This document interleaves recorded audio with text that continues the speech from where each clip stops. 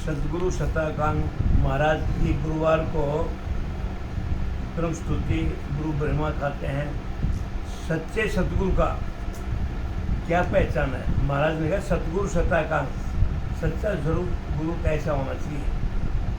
इस के माध्यम से इस अध्याय के बारे से कल भी महाराज ने फरमाया कि सतगुरु की ऐसी होती है, गुरु की सत्ता कि उनकी शरण में चले जाएं तो बहुत सागर से पार उतार दे।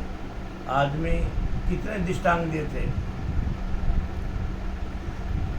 उनकी शरण में जाने से अमर लोक की प्राप्ति हो जाए। जैसे महाराज ने फरमाया था, जो पेड़ होता है, जो संजीवनी बूटी होती है, आदमी मर जाए और संजीवनी बूटी लाती तो जिंदा हो जाता है। महाराज फरमाते हैं ऐसे सतगुरु सत्ता में ताकत है। इनकी शरण में जाने से महाराज फरमाते हैं अब बहुत सागर से पीछा छूट जाता है। आगे फरमाते हैं कल कि प्रेम फूल मन बोले आवे, चित्त का चंदन ले चल जावे, सेवा वंदन आरती कीजिए, तन मन वार अमीरस पीजिए। महाराज फरमाते हैं प्रेम से भजन करना पुष्प चढ़ना है। महाराज फरमाते हैं कोई इस पूजा में फूल की जरूरत नहीं है कि प्रेम का नाम ही फूल है। महाराज ने फरमाया भजन करना ही फूल चढ़ना है। मन का भाव लिख रखा महाराज ने। अब मंदिर में जैसे फूल चढ़ाते हैं, ऐसे महाराज ज्ञान विज्ञान में फूल चढ़ाने की कोई आवश्यकता नहीं है। फूल तो उसी को बना महाराज ने क्या बनवाया कि प्रेम से भजन करना फूल चढ़ाना है और चित्त से चंदन करना।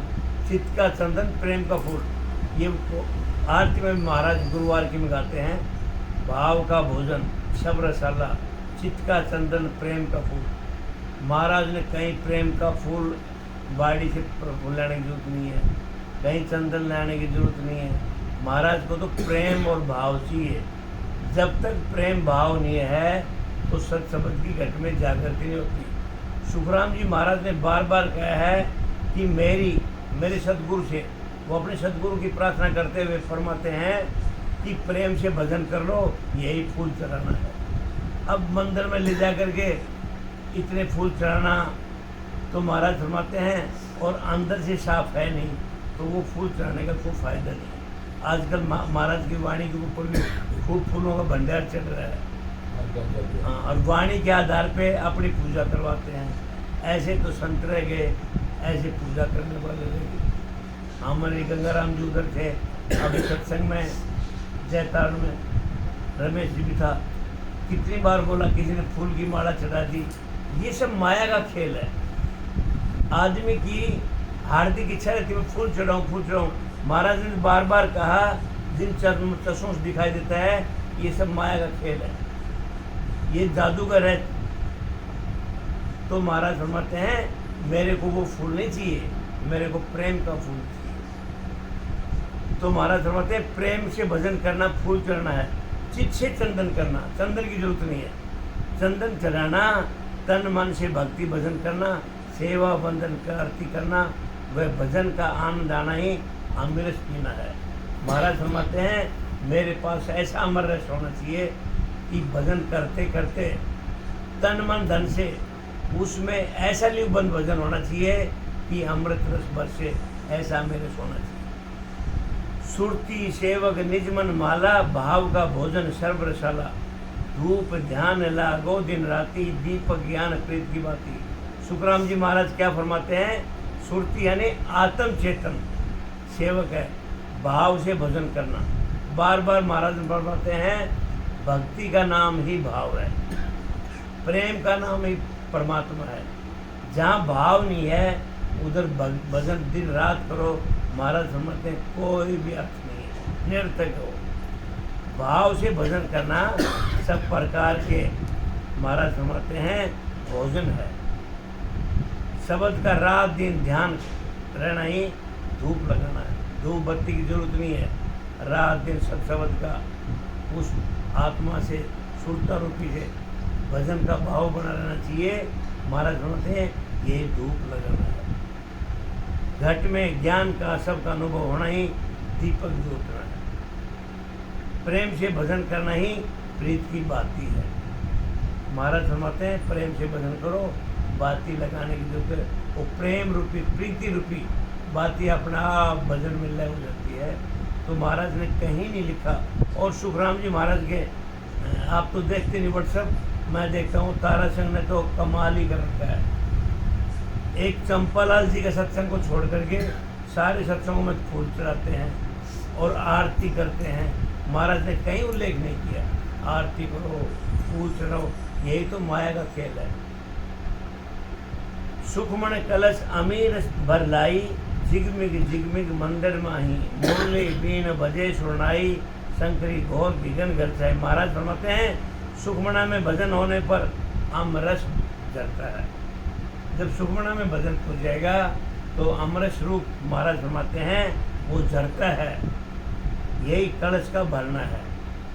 कलश भरते हैं मंदिरों में, घर में, तो महाराज फरमाते हैं वो कलश से पानी पान भाई देवताओं का पितरों का ऐसी मानना है। ये 3 लोग की भक्ति माता है। लेकिन महाराज क्या फरमाते हैं सुखमना में भजन आना ही वो अमेरस झरना है और वो कलश भरना है। इस शरीर रूपी देवल में ये शरीर रूपी देवल बताया। मंदिर देखे नहीं है। सुखराम जी महाराज का मैंने इधर का क्या नाम है शाहपुरा में चरणदास महाराज का बहुत बड़ा मंदिर है।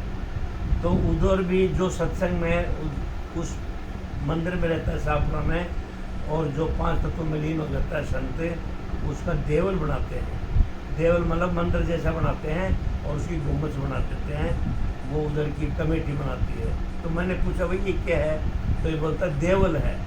तो महाराज फरमाते हैं कि सर्वरूपी देवल में शब्द की जिगमिग लग रही है। वो देवल इसलिए बनाते हैं उनकी यादाश्त के लिए। तो इस यही मुरली बीन सहनाई बजना है। जीवन में यानी ब्रह्मांड से ऊपर सत्शब्द का अखंड अधर अनुभव होना ही संग की घोर विघन घर जाना है। अनहद झालर का झनकारा, रोम रोम बोले रंकारा, जन सुख राम सताया जागी, ब्रह्म समाध ब्रह्मंड में लागी। महाराज क्या फरमाते हैं अनहद यानी बिना बजाए झालर की झनकार हो रही है। इस शरीर में वो बजाने की कोई ज़रूरत नहीं है। वो जो झालर है, जैसे मंदिरों में झालर हैं, झनकारे हैं, गाने बाजे बजाते हैं, तो महाराज फरमाते हैं मेरे अणबे ज्ञान में इतनी ताकत है, इतनी भजन में इतनी ताकत है, वो बिना बजाया नद में झनकार का जो झालर बजता है वो अपना आप झनकार आ देगा। रोम रोम से रंकार की आवाज़ हो रही है। 3.5 करोड़ रोमावली में महाराज फरमाते हैं रोम रोम रंकार की आवाज़ आती है। महाराज फरमाते हैं इस तरह की जागृति होना है। महाराज फरमाते हैं 3.5 करोड़ रोमावली में वो राम राम रोम रोम की एक नाड़ी में अनुभव हो रहा है। वही सत्ता की जागृति है। वो परमात्मा की सत्ता की जागृति। ब्रह्मांड में ब्रह्म समाधि का लगना ही समाध लगना है। 10वें द्वार करे हंस केला, अनंत कोट संतों का मेला, ऐसो समय सदा ही हमारे 8 कोड़ क्या सांस है। महाराज फरमाते हैं 10वें द्वार में हंस शब्दों का आनंद ले रहा है परमात्मा। महाराज सुखराम जी महाराज फरमाते हैं वो सत्सवद की घट में जब जागृति होती है तो हंस जो साधना करता है साधक, वो हंस शब्द करता करता 10वें द्वार पे आनंद लेता है, क्योंकि उसका भजन विधेय होता है। सारा शरीर छूट जाता है और ऊपर 10वें द्वार पे भजन होता है। यही खेल करना, खेल माने खेल खिलाट करना, आनंद में हो जाना। अनंत तो करोड़ों संतों ने जिस पद की प्राप्ति की है उस पद की प्राप्ति होना ये संतों का मेला होना है। सत शब्द का रात दिन 8 पौर 64 घड़ी चाहे सांझ हो या सवेरा अखंड होना है। ऐसा समय सदा हमारे रहना है। सुखराम जी महाराज फरमाते हैं ये सत शब्द की जागृति, ये 90 ज्ञान में ताकत है राम जी के नाम में।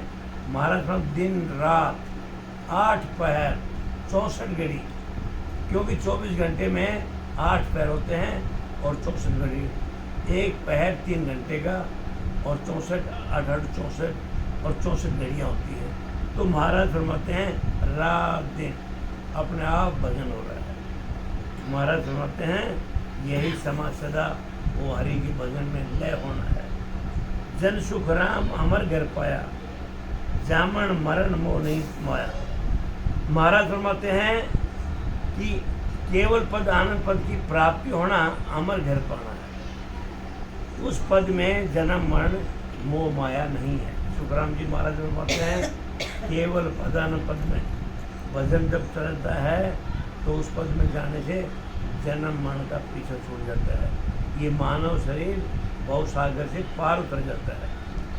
जन सुखिया सतगुरु सदा मोह पे कहीं न जाए, जो मुझ भरती आए के सो विद कहीं सुना। महाराज फरमाते हैं सतगुरु सत्ता का वर्णन मुझे से नहीं हो सकता। जैसा मुझे अनुभव हुआ वही विधि कहकर सुनाई। सुखराम जी महाराज फरमाते हैं सदगुरु महाराज में इतनी सत्ता होती है, वो इतने प्रबल होते हैं, इतनी ताकत है, उनकी गुणवत्ता मैं कहाँ तक कहूँ, उनका गुणगान मैं कर भी नहीं सकता।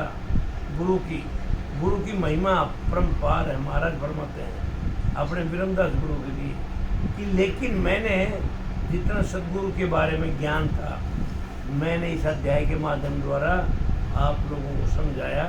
महाराज फरमाते हैं लेकिन गुरु का ज्ञान अपार है, गुरु की छाया अपार है। महाराज फरमाते हैं जितना मैंने ज्ञान था उतना मैंने सतगुरु शताकांग कह दिया। अब सतगुरु शताकांग संपूर्ण हुआ। ऐसे महाराज फरमाते हैं सतगुरु की शरण में जाने से कहीं जगह जगह धक्का नहीं खाना पड़ता। और सतगुरु महाराज के ऊपर शरण में चले गए तो बहुसागर से 100% नहीं।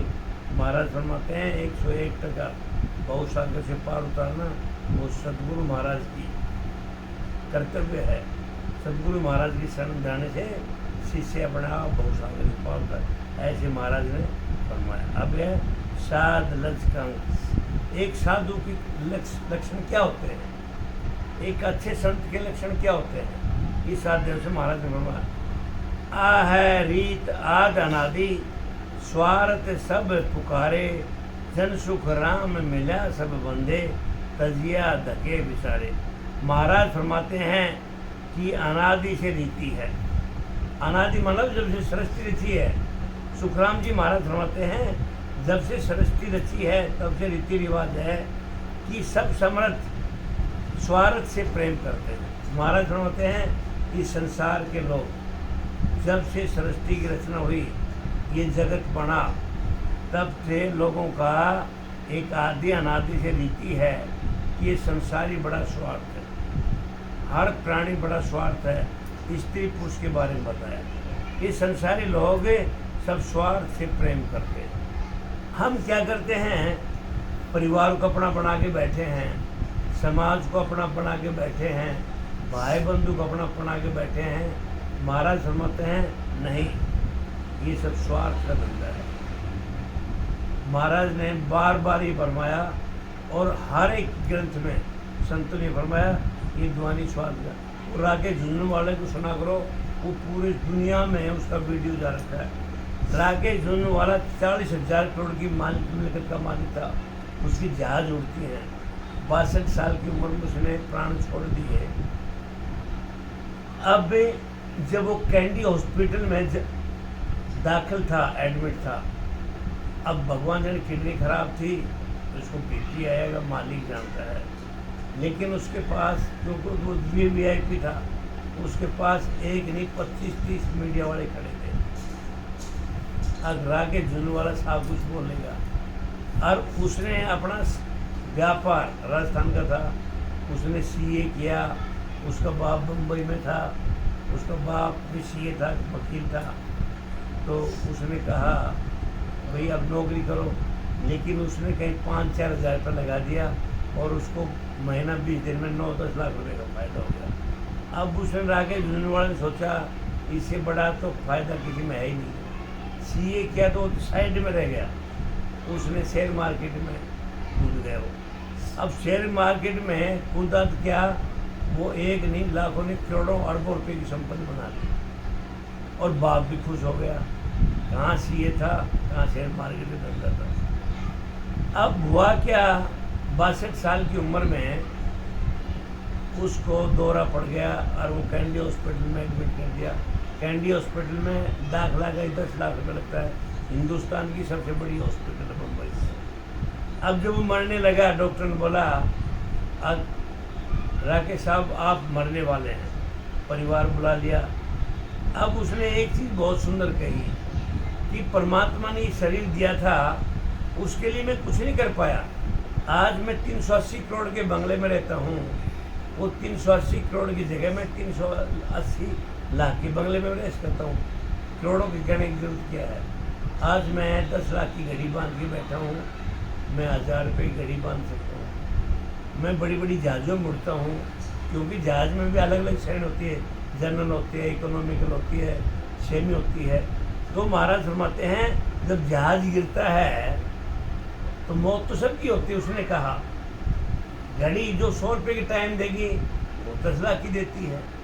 380 करोड़ का बंगला है, मैं 380 लाख में दे सकता हूँ। लेकिन मैंने परमात्मा ने ये शरीर दिया जिसके लिए पैसा बनाया, मैं एक सांस नहीं खरीद सकता। उसने मीडिया वालों को कहा ये अब इतनी करोड़ों 40,000 करोड़ की प्रॉपर्टी होते हुए सत्संग में बैठा मैं एक सांस नहीं ले सकता और मैं मृत्यु मेरी निश्चित है, मेरी मौत होने वाली है। और वो रो पड़ा, मेरा पैसा किस काम का, ये पैसा जो कमाया ये तो पीछे वालों को और किसी को मेरे क्या लगे। ये उसने मरते समय तक कहा था। और वो अब वीडियो जगह जगह जगह पूरी दुनिया में भेज रखा है। उसने रोते कहा मैं एक सांस नहीं खरीद सकता। हाँ सुधरेगा क्यों नहीं, प्रभाव तो पड़ेगा उसका।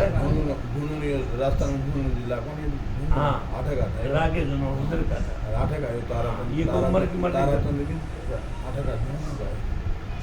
तो महाराज फरमाते हैं अब जो इस दुनिया में है ये संसार जब से बना था, सबसे रीति रिवाज डाल लिए, सब स्वार्थ के प्रेम के रिश्ता करते हैं। कोई भी निस्वार्थ नहीं करता है, कोई किसी का भी नहीं है। ये खाली खोटा खोटी अपने स्वार्थ में के लिए बैठे हैं ना। हाँ अपने क्यों स्वार्थ बैठे कि अपनी गति हो जाए, मोक्ष हो जाए। बिल्कुल ये मियाँ की आते हैं। बिल्कुल। तो महाराज बनाते हैं जब तक स्वार्थ सिद्ध होता है तब तक महिमा वो प्रेम करते हैं। ये संसारियों के बारे में बताया, स्त्री हो पुरुष हो, जब अपना स्वार्थ हुदू सिद्ध हो जाता है तब तक महिमा वो प्रेम करते हैं।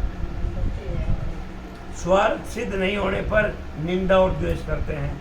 मैंने किसी स्वार्थ किया, महाराज फरमाते ऐसा, जब उसका स्वार्थ सिद्ध नहीं होता है तब उसकी निंदा और द्वेष करते हैं।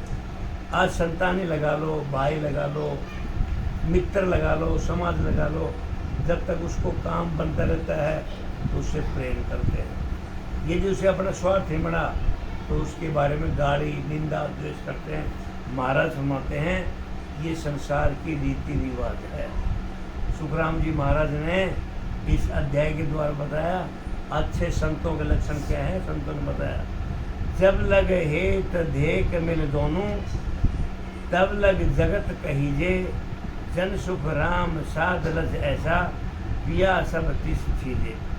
जब तक स्वार्थ से प्रेम वो स्वार्थ से नहीं होने पर द्वेष करता है। महाराज फरमाते हैं जब तक स्वार्थ रहता है तो प्रेम करते हैं, और स्वार्थ यदि सिद्ध नहीं होता है तो वो द्वेष करते हैं, वेर विरोध करते हैं, उसकी निंदा करते हैं, तब तक वह संसारी है। महाराज फरमाते हैं जब तक अपने प्रेम की इच्छा में लगा रहता है या उसकी निंदा करता है, वो कितना भी भजन कर ले, जब तक महाराज फरमाते हैं वो संसारी है, उसका कुछ भक्ति से लेना देना नहीं है। तो महाराज फरमाते हैं 7 लक्षण ऐसे हैं, हर समय संतोष व शांति में रहते हैं। अच्छे साधु के लक्षण क्या बताए महाराज ने, वो हर समय संतोष और शांति में रहते हैं। यही पिया शक्ति से चीजें हमारा तो यही अच्छे संत के साधु के लक्षण हैं, जो हर समय संतोष और शांति बनाए रखें। महाराज फरमाते हैं गृहस्थी का और संत का कुछ में लेना देना नहीं है। ये अच्छे साधु के लक्षण बताए हैं। और जब तक स्वार्थ और निंदा करते हैं उसकी गिनती संसारिक जीवन में आती है। ना काहू से बेर दोस्ती, ना आपे घराना जावे, जन सुख राम जाया आराधा, द्वितीय भाव न लावे। न उनका किसी से बैर है, जो अच्छे संत हैं, अच्छे साधु हैं, जो परमात्मा की भक्ति में लगे रहते हैं, जो सदगुरु विधि से भजन करते हैं, न तो उनका किसी से बैर है न प्यार है। कामना लेकर किसी की हानि जाते हैं। कामना माने अपनी इच्छा, कुछ अपने स्वार्थ के लिए किसी घर नहीं जाते। महाराज फरमाते हैं जाकर आराधना करने पर भी कुछ नहीं चाहते। और महाराज फरमाते हैं उधर चले भी जाएं तो आराधना करने पर वो किसी से कुछ लेने की इच्छा भी नहीं रखते, न उनका ऐसा भाव होता है। ये 7 लक्ष्य के लक्षण है, ये अच्छे संतों के लक्षण हैं। कि वो गृहस्थी हो, साधु उसको नहीं बताया महाराज ने, दिमाग बैठाना। अब जो घर परिवार को छोड़कर जंगलों में रहते हैं, उस साधु से कोई लेना देना नहीं। महाराज ने साधु उसको कहा, संत उसको कहा, जो गृहस्थी जीवन में रहते हुए या वैराग जीवन में रहते हुए रात दिन परमात्मा का भजन करते हैं, उसको साधु कहा है महाराज ने बार बार। जब लग बुरी भली सब भ्यासे, काम क्रोध अहंकारा, जन सुख राम तहाँ लग भय है, त्रिकुटी तत्व विचारा। महाराज फरमाते हैं जब तक ये बुरा अच्छा है, कामना क्रोध अहंकार साध है, महाराज फरमाते हैं कि त्रिकुटी तक ब्रह्म का ध्यान करते हुए भी इन वृत्तियों के साथ है, तब वो तक उसका महाराज फरमाते हैं भय है। सुखराम जी महाराज ने फरमाया अच्छा बुरा कब तक है, जब कामना क्रोध अहंकार साथ है। आदमी की गुणवत्ता करना, निंदा करना, अच्छा बुरा करना, वो तब तक करता है जब तक उसका स्वार्थ है। महाराज ने ऊपर ही बताया कामना हो, क्रोध हो, अहंकार। महाराज फरमाते हैं जब त्रिकुटी में ब्रह्म का ध्यान करता है और इन वृत्तियों के साथ है, तब तक उसको भय रहता है। विषय विकार, काम क्रोध मोह जब तक इस मानव शरीर के साथ है, तब तक महाराज फरमाते हैं उसका भय बने रहता है। शांति और संतोष तब तक घट में प्रकट नहीं होती। उपजे खरी दरे सोमाही, से नर साध कहीजे, जन सुख राम सुनत सम बोले, जगत बराबर दीजे। किसी के कुछ भी कहने पर सहनशीलता रखते हैं। ये साधु के अच्छे संतों के लक्षण हैं। कोई कुछ भी बोलता रहे वो सहनशीलता रखते हैं, यही साधु के लक्षण हैं। महाराज फरमाते हैं दूसरों की बात सुनते ही जवाब देता है तो वह संसारियों के समान है। संसारी लोगों का साधु को महाराज ने फरमाया अच्छे संत का पहचान है, वो दूसरों की निंदा करें या भलाई करें वो सुन लेते हैं। लेकिन महाराज फरमाते हैं जो दूसरों की सुनते ही जवाब देता है वो संसारी जीव है। आदमी कोई बुराई कर रहा है, किसी को तूतलाक कर दिया तो उसी टाइम जवाब दे तो महाराज फरमाते हैं वो संसारी जीव अभी तक। और जिसने सुन गया और एक साइड में हो गया तो महाराज फरमाते हैं वो साधु की श्रेणी में आता है। सब सु हेत बैर नहीं बंछे, निरपक्ष ज्ञान विचारे, जन सुख राम सुर के उदय, ठगे मुझे कुण मारे। महाराज फरमाते हैं सबका भला चाहते हैं। ऐसे संत जो परमात्मा की रात दिन भजन करते हैं वो सबका भला चाहते हैं। किसी के बारे में बुरा न तो कहते न बुरा सोचते, बुरा किसी का नहीं चाहते, निरपक्ष ज्ञान करते हैं। ये सत्संग की जो महाराज का अनव्य ज्ञान दान करता है उनके लक्षण हैं ये। सत्संग में जाकर के कोई किसी की निंदा करते हैं तो महाराज फरमाते हैं बहुत बुरी बात है, वो संसारिक जीव है। महाराज फरमाते हैं किसी से लेने की अपेक्षा करते हैं तो वो भी गलत बात है। यदि इस सत्संग के माध्यम से कई जगह जाते हैं साधु संत, पैसा लेके आते हैं, पैसे के भाव से जाते हैं तो महाराज फरमाते हैं वो संसारी जीव है, वो अच्छे साधु के लक्षण नहीं है। निंदा करते अच्छे साधु के लक्षण नहीं है। महाराज ने बिल्कुल साफ सुथरे शब्दों में कहा है कि इस भजन का जब शील शांत संतोष कामना क्रोध अहंकार छूट जाएगा तो महाराज फरमाते हैं वो इस सत्संग का मालिक है। उस अच्छे साधु के अच्छे संत के लक्षण हैं। जब तक तेर मेर विषय विकारों से भरा है वो जीव संसारी है। संसारी का मतलब उसको भजन का प्रभाव नहीं हुआ। तो महाराज फरमाते हैं बुरा किसी का नहीं चाहते, निरपक्ष ज्ञान करते हैं। महाराज फरमाते हैं सूर्य उदय होने पर कौन ठग चोरी मारपीट कर सकता है, इसी तरह घट में ज्ञान का प्रकाश होने पर बुरे विचार वृत्तियों से अलग हो जाते हैं। अंधेरे में तो चोरी सभी करते हैं। महाराज फरमाते हैं यदि सूर्य उदय हो गया तो कौन किसकी ठग चोरी कर सकता है। महाराज का भाव अर्थ ये है, ये मानव शरीर में जब तक सत शब्द की जागृति नहीं होती तो हम चोरों की शरण में हैं, हम उन ठगों की शरण में हैं। सत शब्द रूपी महाराज समझते हैं इस घट में जागृति होती है तो ये सूर्य का उदय होना है, फिर किसी चीज़ का भय नहीं रहता।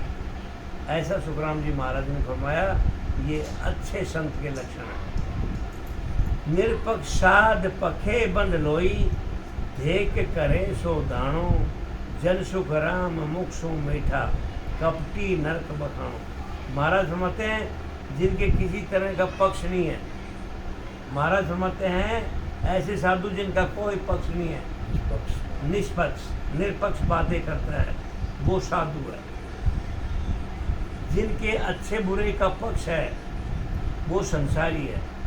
आदमी सही को सही नहीं कहता, गलत को गलत नहीं कहता। महाराज फरमाते हैं वो संसारी है।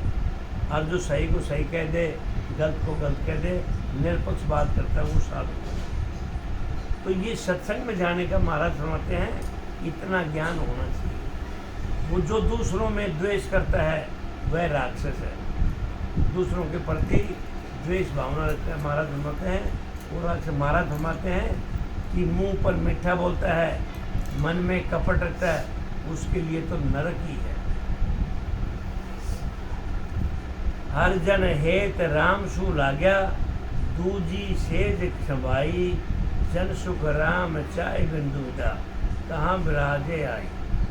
जो राम जी के भक्त हैं वो लगातार राम जी के भजन में ही लगे रहते हैं। सुखराम जी महाराज फरमाते हैं जो राम जी की भक्ति करते हैं वो दिन राम जी के भजन में ही लगे रहते हैं।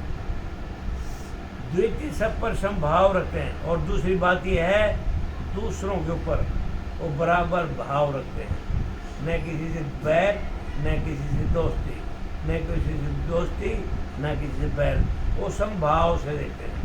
अपना पराया, ऊंच नीच, इस भाव से रहते। महाराज फरमाते हैं जब किसी तरह की कामना ही नहीं है तो राग द्वेष किससे करेंगे। सुखराम जी महाराज फरमाते हैं वो साधु जो किसी तरह की कामना इच्छा ही नहीं रखते तो किसी से द्वेष भावना क्यों रखेंगे।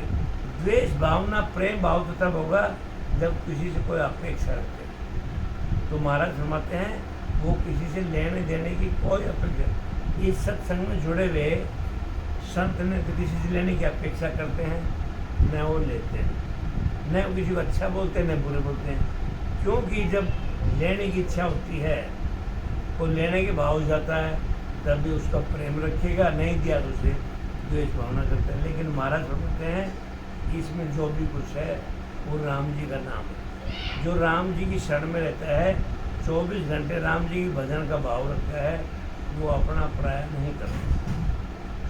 चर्चा सकल पखा की लावे, साचे आप तनीरे, जन सुख राम चाय को कोठो, अंतर चाय गणीरे। जो भी बात करते हैं वो पक्षी करते हैं, अपने स्वार्थ की करते हैं। महाराज फरमाते हैं कि उसके तो कितनी ही चाना लगी हुई है, वह अंतर में बहुत चाना करता है। सुखराम जी महाराज फरमाते हैं ऐसे संसारी लोग जो बात तो करते हैं लेकिन पक्ष करते हैं, पक्षपात करते हैं। सही को सही नहीं कहते, गलत नहीं कहते, वो पक्षपात करते हैं क्योंकि उनको अपना स्वार्थ है। महाराज फरमाते हैं उसके तो कितनी चाना लगी हुई है, अंतर में बहुत कितनी चाना लगी हुई है। वो संसारी की जीव है, वो ठग बताया महाराज ने। जन की चाय दाय सब उठी, अंतर ध्यान चढ़ावे, जन सुख राम सुर के उगे, डूब जा रात न जावे। किसी ने बताया ऐसे ही बहुत सारे आदमियों का संगठन बैठा था, तो बोलता मैं इंसान से प्यार नहीं करता। तो बोलता किससे प्यार करता है? इंसान पैसों से प्यार करता है। ये संसार की परंपरा है।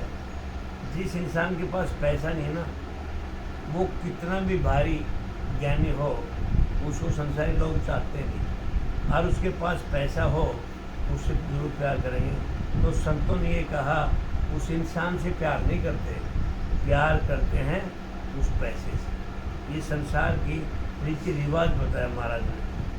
जन की चाय दाय सब उठी, अंतर ध्यान चढ़ावे, जन सुख राम सुर के उगे, डूब जा रात न आवे। महाराज फरमाते भजन करने वालों की कोई कामना नहीं होती, अंतर में ध्यान करते रहते हैं। महाराज फरमाते हैं ज्ञान रूपी सूर्य के उदय होने पर द्वेष रूपी रात्रि यानी थारी मारी नहीं रहती। महाराज ने बार बार ही फरमाया, जिनको घट में सत शब्द की जागृति है, जो राम का भजन करते हैं, उनको थारी मारी नहीं रहती, उनको अपना प्राय नहीं रहता, उनको द्वेष भावना नहीं रहती। घिरत खांड गुण नाद किरणों, ऊंच नीच कुल होई, जन सुख राम हीर कण लेना, जात भेद नहीं कोई। घी खांड गुड़ नाद सामान लेते समय ऊंच नीच कुल का ध्यान रखना पड़ता है। आदमी जो संसारिक जीव है, जो इस भजन से नहीं जुड़ा हुआ है, वो किराने की दुकान में भी जात पात पूछता है। महाराज ने लिखा है वो घी खांड नाद सामान लेता है तो भी ऊंच नीच का ध्यान रखता है। ऐसे करणीय कर्म का ज्ञान दान करने के लिए ब्राह्मण को ही गुरु बनाते हैं। ऐसे संसारी लोग हैं कि जाति को देख करके किराना का सामान लेते हैं। अब अनाज में कहाँ से लेना है, घी कहाँ से लेना है, गुड़ कहाँ से लेना है, ये संसारिक दृष्टांत दे रखे महाराज ने। अब जो करणीय कर्म करते हैं वो इसको चीज़ को मध्य रखते हुए वो ब्राह्मण को गुरु मान लेते हैं। और महाराज फरमाते हैं अरे ये तो मूर्खता है, संसारी लोग हैं। जैसे रैदास कौन था, कबीर साहब कौन था, सूरदास कौन था, वाल्मीकि कौन था, ये बड़े बड़े संत हुए, लेकिन राम जी के थे। महाराज फरमाते हैं जो राम जी की भक्ति करते हैं उनमें कोई जात पात तो होना ही नहीं चाहिए। लेकिन ये संसारी लोग हैं, ये गुड़ खांड घी भी लेते हैं, तो ये भी जाति वर्ण देख करके उस दुकानदार के पास जाते हैं। आगे जो संसारी लोग करने कर्म में लगे हुए हैं, वो ब्राह्मण को गुरु ढूंढने के लिए लगे रहते हैं। मेरे को ब्राह्मण चाहिए, क्योंकि वो राम की भक्ति में लगे ही नहीं है, वो संसारिक जीव हैं। तो महाराज फरमाते हैं हीरा लेने के लिए कोई जाति पाति नहीं देखी जाती। अब सोने के पास जाएं या हीरा लेने के पास जाएं, महाराज फरमाते हैं कोई जाति पाति थोड़ी है। ऐसे ही महाराज फरमाते हैं सत शब्द का ज्ञान जहाँ भी मिलता है उधर जा कर के ज्ञान कर सकते हैं। उसमें कोई किराने की तरफ जाति नहीं देखना। जैसे हीरा लेने जाते हैं तो जाति नहीं देखता, हीरा पढ़ के हीरा ले लेते हैं। ऐसे महाराज फरमाते हैं सत शब्द ने का ज्ञान धारण करने में जाति पाति नहीं देखी जाती।